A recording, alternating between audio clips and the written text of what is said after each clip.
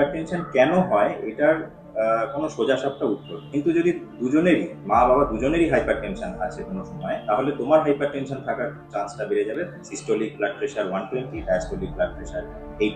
যদি কেউ ড্রিঙ্কস করে থাকে সেগুলো তো ডেফিনেটলি প্রাইমারি হাইপারটেনশন। নমস্কার, উপকার থেকে আমি সুস্মিতা কুণ্ডু। উপকার হলো এমন একটি প্ল্যাটফর্ম, যে প্ল্যাটফর্মের মাধ্যমে আপনারা খুব সহজেই বাড়ি বসে ডক্টর অ্যাপয়েন্টমেন্ট বুক করতে পারবেন। আজ আমরা চলে এসেছি আবারও একটি নতুন বিষয়ে আলোচনা করতে। আমাদের সাথে রয়েছেন এমডি জেনারেল মেডিসিনের ডক্টর হিমেল কুমার মোদক। আমি doctor Himel Kumar Modak, MD general medicine. এছাড়া আমার স্পেশালাইজেশন করা আছে ডায়াবেটিসের উপরে, জেরিয়াট্রিক মেডিসিন অর্থাৎ ওল্ড এজ পেশেন্টদের উপরে, এবং ওবেসিটি ম্যানেজমেন্ট, বিশেষ করে ডায়াবেটিক ওবেসিটি রিলেটেড ম্যানেজমেন্ট তার উপরে। এছাড়াও আমি হাইপারটেনশন, থাইরয়েডের উপরে আমি স্পেশাল কেয়ার দিয়ে পেশেন্টের ট্রিটমেন্ট। তো আজ আমরা আলোচনা করব হাইপার টেনশন নিয়ে। তো স্যার, হাইপার টেনশন কেন হয়? হাইপারটেনশন কেন হয় তার আগে জানতে হবে হাইপারটেনশন জিনিসটা। হাইপারটেনশন মানে হচ্ছে বাংলায় যদি বলি তাহলে সেটা হচ্ছে উচ্চ রক্তচাপ, অর্থাৎ ব্লাড প্রেশার বেড়ে যাওয়া। তো নর্মালি আমাদের ব্লাড প্রেশার ছোটবেলা থেকে আমরা স্কুলে যেটা পড়ি যে 120/8, মানে systolic blood pressure 120, diastolic blood pressure 8।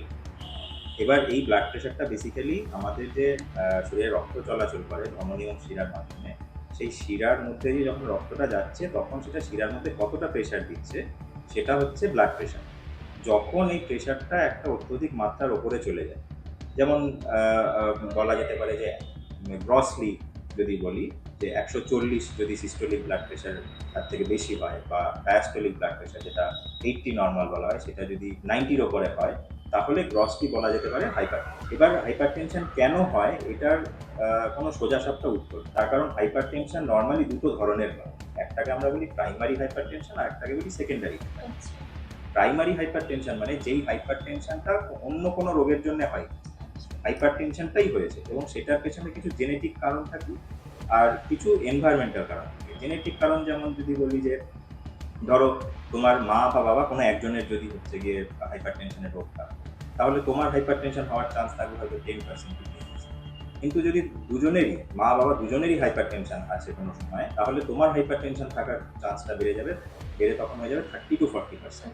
অনেকটাই বেশি। অনেকটাই বেশি। তো এটা হচ্ছে জেনেটিক পার্ট। আর যেটা এনভায়রনমেন্টাল পার্টের মধ্যে সব থেকে যেটা ইম্পর্টেন্ট সেটা হচ্ছে গিয়ে ওয়েট গেইন। যদি আমাদের নর্মাল বিএমআই যদি 25-এর বেশি হয়ে যায়, তখনই হাইপারটেনশনের রিস্ক আস্তে আস্তে আস্তে বাড়তে থাকে।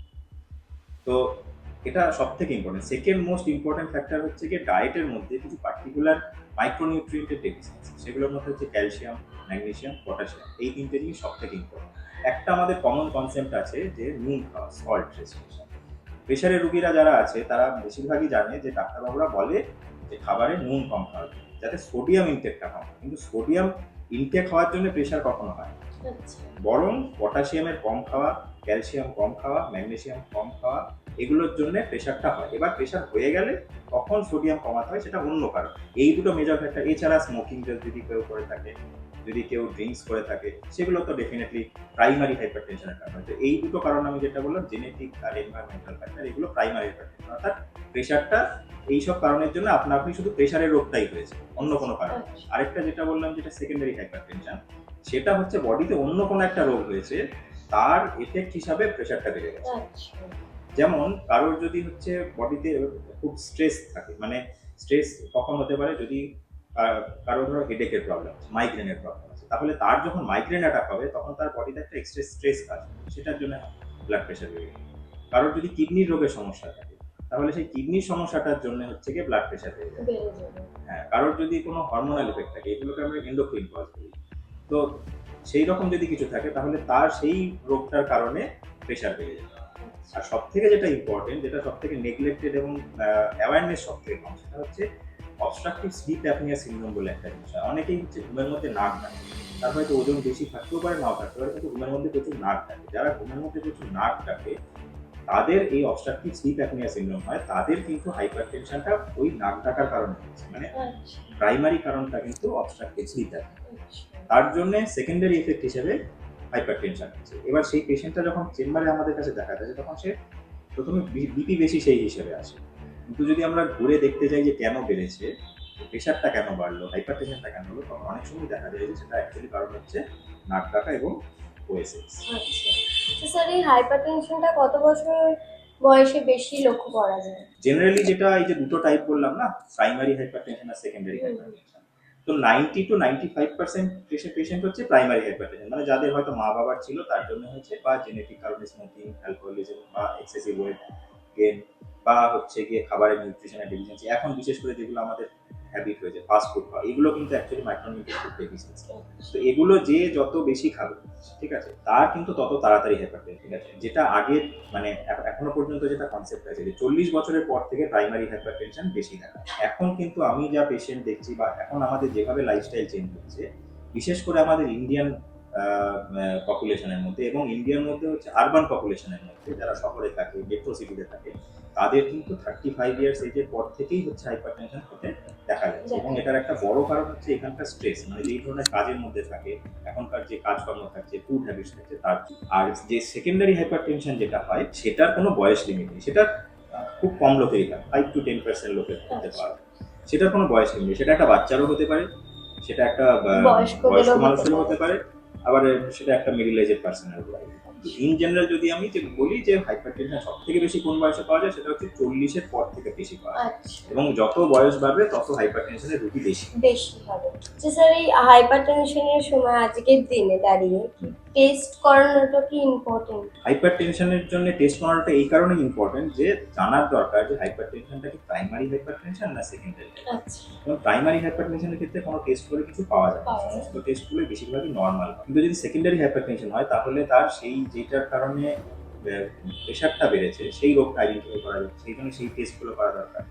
যেমন যদি বলি যে যদি কিডনির কারণ হয়, তাহলে আমাদের রেনাল ফাংশন টেস্ট করা দরকার, ঠিক আছে, ইউরিনের কিছু পার্টিকুলার টেস্ট হয় সেগুলো করা দরকার। যদি এন্ডোক্রাইন কজে হয় তাহলে পার্টিকুলার হরমোনাল টেস্ট আছে। যদি অবস্ট্রাকটিভ স্লিপ অ্যাপনিয়া হয়, মানে যাদের নাক ডাকার সমস্যা, তাদের জন্য আলাদা টেস্ট আছে, স্লিপ স্টাডি বলে, সেগুলো করলে ধরা পড়বে যে কি কারণে অ্যাকচুয়ালি প্রেশারটা বাড়ছে। আবার টেস্ট করা আরো একটা কারণ ইম্পর্টেন্ট, সেটা হচ্ছে যে হাইপার টেনশনটা ইটসেলফ কিছু না, ঠিক আছে, বিপি বেশি আছে তো কি হয়েছে, কিন্তু বিপি বেশি থাকার কারণে বডিতে অনেক কিছু মেজর এফেক্ট দেখা যায়। সেই এফেক্টগুলো যাতে না হয় ইন ফিউচার, বা সেগুলো এখন বডিতে কতটা অলরেডি হয়ে আছে, আমি তো জানি না যে পেশেন্টের আমার যে ধরো আজকে হাইপারটেনশন কারো ধরা পড়লো হঠাৎ করে, কেউ হয়তো ডাক্তার দেখাতে এসছে অন্য কোনো কারণে সর্দি কাশি নিয়ে, তার দেখলাম আমি প্রেশারটা বেশি, তাহলে তখন তাকে আমি হাইপারটেনশন বলবো। তো সে যে এলো সেও জানে না যে তার কতদিন থেকে প্রেশারটা বেশি আছে, আমিও জানি। তাহলে সেক্ষেত্রে আমাকে তখন কিছু টেস্ট করে দেখে নিতে হবে যে ওই হাইপারটেনশনের জন্য তার বডিতে বাকি অন্যান্য যে কমপ্লিকেশনগুলো আছে সেগুলো অলরেডি ডেভেলপ করে গেছে। তার জন্য কিছু টেস্ট করে দেখে নিতে হবে যে বাকি অর্গানগুলো ঠিক আছে। তো হাইপারটেনশনের জন্য কি কোনো রোগ হতে পারে?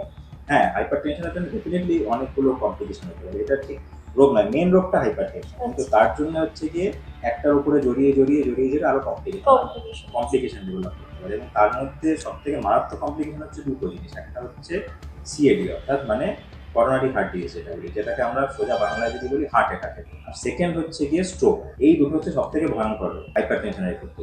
ম্যাক্সিমাম পেশেন্ট তোমাদের যদি কখনো কেউ দেখে থাকো যে কেউ হার্ট অ্যাটাকে আক্রান্ত হয়েছে বা কারো স্ট্রোক নিয়ে ভর্তি হয়েছে, তাদের দেখবে হয় ডায়াবেটিস আছে, না হলে হাইপারটেনশন আছে, এই দুটোর মধ্যে কোনো একটা পাবে। হ্যাঁ, তো হাইপারটেনশনের জন্য এই দুটো হচ্ছে কি সব থেকে বাজে কমপ্লিকেশন। এছাড়াও আরো ছোটখাটো বলবো না, কমপ্লিকেশন আছে, বাট সেগুলো এতটা লাইফ থ্রেটনিং যে এক্ষুনি হলো মানে হচ্ছে পেশেন্টের যদি এক্ষুনি না ট্রিটমেন্ট করা হয় তাহলে মারা যায়। যেমন হাইপারটেনশন যেমন হচ্ছে কি কিডনির সাথে খুব জড়িত, কিডনি রোগের জন্য যেমন প্রেশার বাড়বে, আবার প্রেশার যদি দীর্ঘদিন বেশি থাকে তাহলে সেটা আবার কিডনিতে এফেক্ট। হ্যাঁ, এইরকম আরো কমপ্লিকেশন, যেমন চোখের কমপ্লিকেশন হয়, নার্ভের প্রবলেম হয়, ঠিক আছে, এইগুলো হয় হাইপারটেনশন।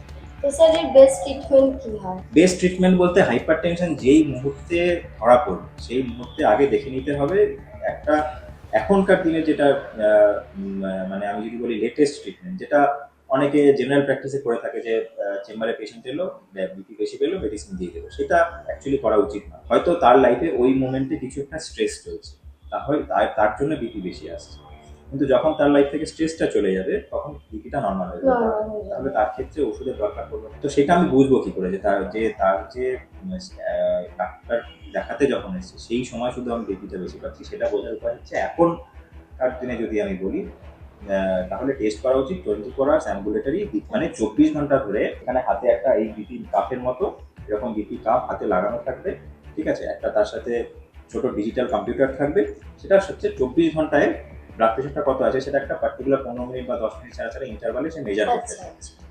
করে সে একটা রিপোর্ট তৈরি করবে যে আমার সকালবেলা এত বিপি থাকছে, সন্ধ্যেবেলা এত বিপি থাকছে, রাত্রেবেলা এত বিপি থাকছে।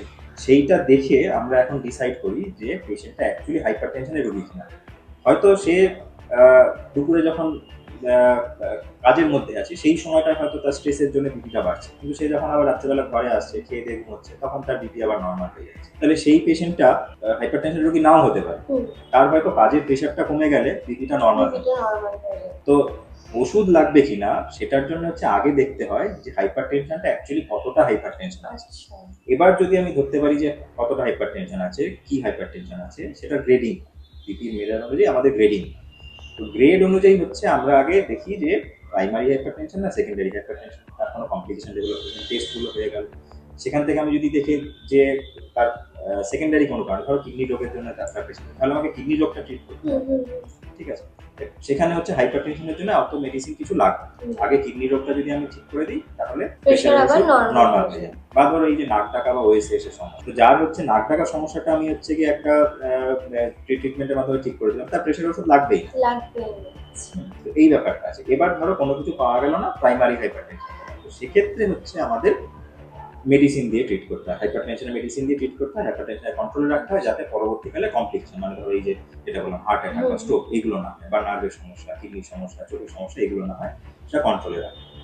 এইখানে একটা ব্যাপার চলে আসে যে কত বিপি থাকলে হচ্ছে কি আমার ট্রিটমেন্টটা ঠিকঠাক আছে বলতে, সেটা হচ্ছে বয়সের উপর ভ্যারি করে। যদি ধরো কারো 60-এর নিচে বয়স আছে, তাহলে তার ক্ষেত্রে বিপি আর অন্য শুধু প্রেশার ছাড়া আর কিছু নেই, আচ্ছা। তাহলে তার ক্ষেত্রে আমার বিপি টার্গেট হচ্ছে 120/80 রাখতে হবে, আচ্ছা। কারণ ওটা তার বয়সে নর্মাল বিপি, নরমাল বিপি। ওটাই আমাকে টার্গেট করতে হবে। তার যদি 130/80 থাকে, তখন অনেক ডাক্তার বলবে যে প্রেশার ঠিকই আছে, কিছু করার দরকার নেই, কিন্তু সেটা ভুল। ওই 130/80 তার বয়সের জন্য নর্মাল নয়, সেটার জন্য তার বডিতে এফেক্ট হবে।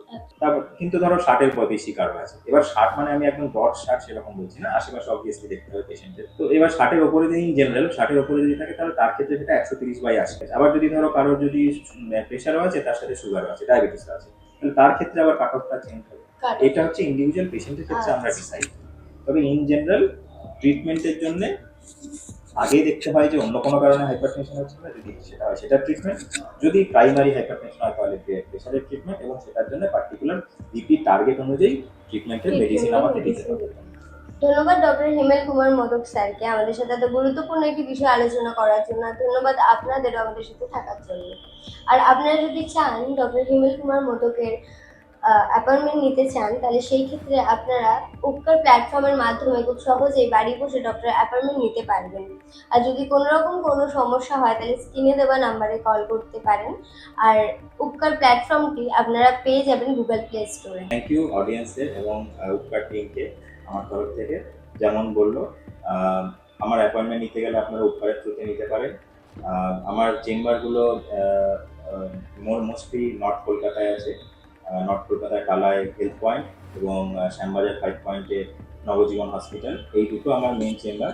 এছাড়া সাউথের দিকে যারা থাকেন তাদের জন্য বেকালাতে ভাই হেলথ কেয়ার বলে আমার চেম্বার আছে। ডিটেলসগুলো আপনারা উপকার অ্যাপে পেয়ে যাবেন, যেটা গুগল প্লে স্টোরে অ্যাভেলেবেল আছে।